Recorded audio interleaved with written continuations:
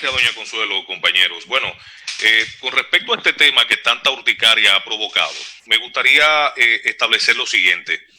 Pienso que hay que colocar cada cosa en su lugar. Por ejemplo, las declaraciones de los senadores, en ningún momento se le puede adjudicar la categoría de vocería oficial ni del partido gobernante ni del gobierno en sí.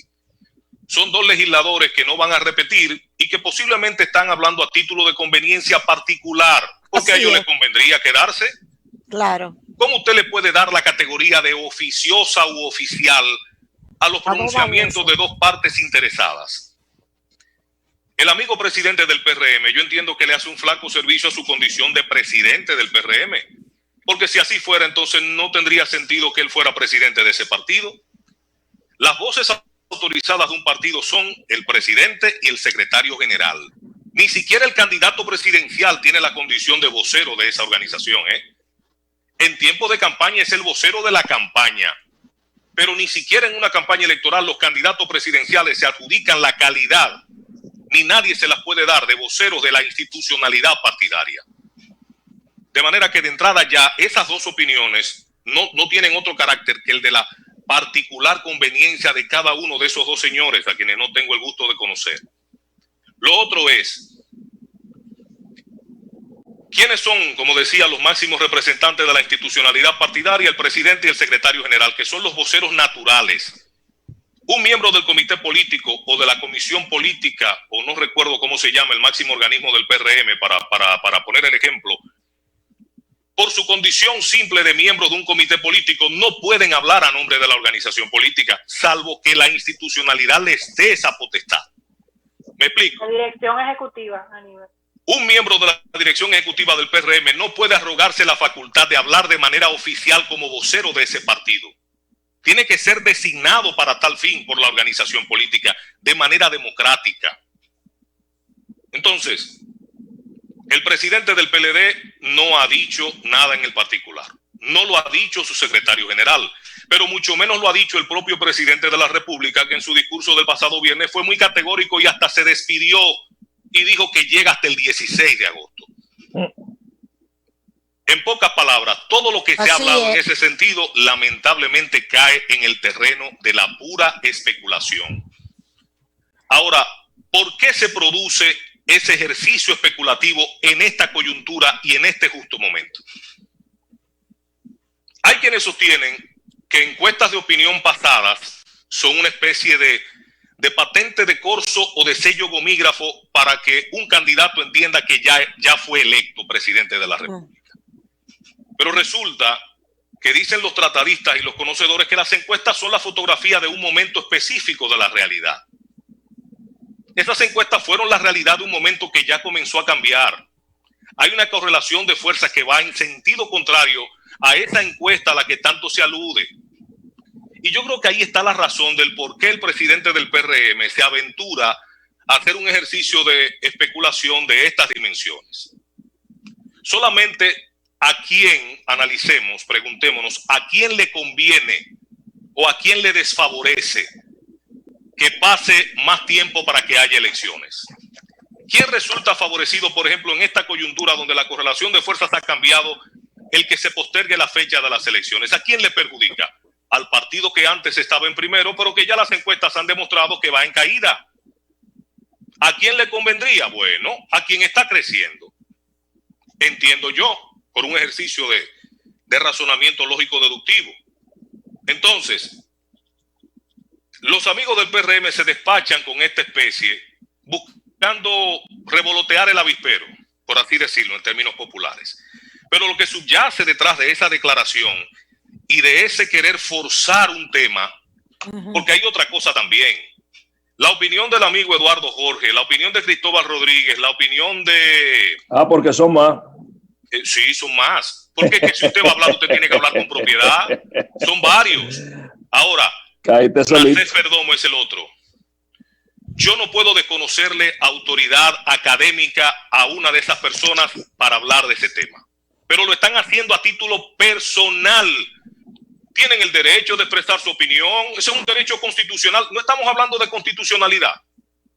Entonces reclamamos constitucionalidad, pero le queremos cercenar el derecho constitucional que ellos tienen a expresar libremente su opinión en un área para la cual se especializaron, para la que fueron a la universidad, estudiaron, hicieron maestría y son catedráticos universitarios. Yo por lo menos no lo haría, por lo menos lo escucharía, pueda que no comparta su opinión, pero no tengo por qué desconocer el derecho que ellos tienen a expresar su opinión. No puedo descalificarlos por eso. Yo los escucho, aunque pueda que no lo comparta. Pero en síntesis, la opinión de esos juristas, expertos en materia constitucional, no vincula bajo ningún concepto la posición ni del partido gobernante ni del propio presidente de la República. Los pronunciamientos de esos dos senadores que pudieran beneficiarse de una eventual extensión son pronunciamientos intuitu persona. No puede dársele la característica o la categoría de oficialidad de la institucionalidad partidaria. No tienen efecto vinculante, son pronunciamientos particulares.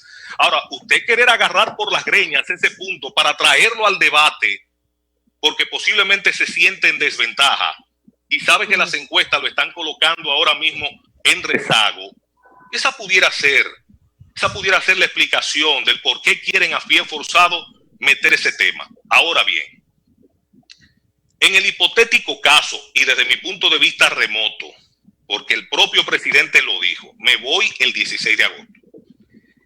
En el hipotético y remoto caso de que por causas de fuerza mayor, por todo lo que estamos viviendo, no sea posible hacer elecciones y llegue la fecha del 16 de agosto sin que hayan unas autoridades electas, si usted me lo pregunta a mí, y voy a hablar en materia personal, ese es mi humilde juicio particular mío, de mi propio peculio personal.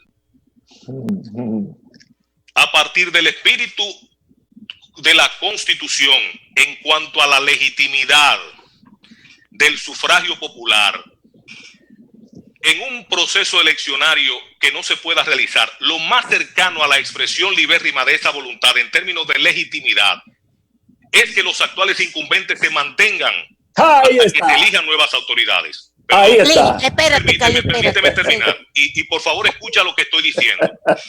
¿Por qué lo digo? ¿Qué legitimidad democrática puede tener el que 2 o 3 se reúnan y me nombren una comisión de notables para nombrarme un triunvirato? ¿Puede tener ese nombramiento de esa figura más legitimidad democrática que aquella emanada de un proceso electoral con la votación más alta que registra la historia política de la República Dominicana?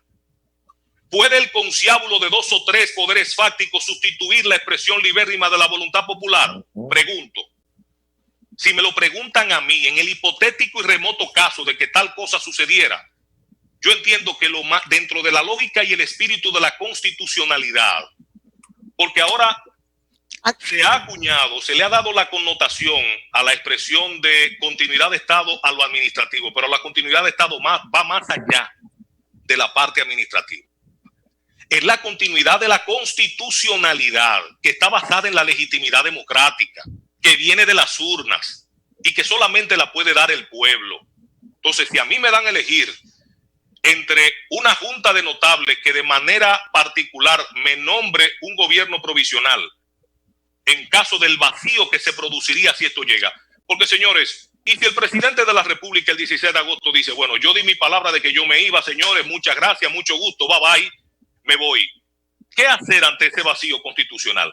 Que sí se produciría y que no se da cuando un presidente debe renunciar por enfermedad, por voluntad propia, porque para eso se instituyó la figura del orden sucesoral.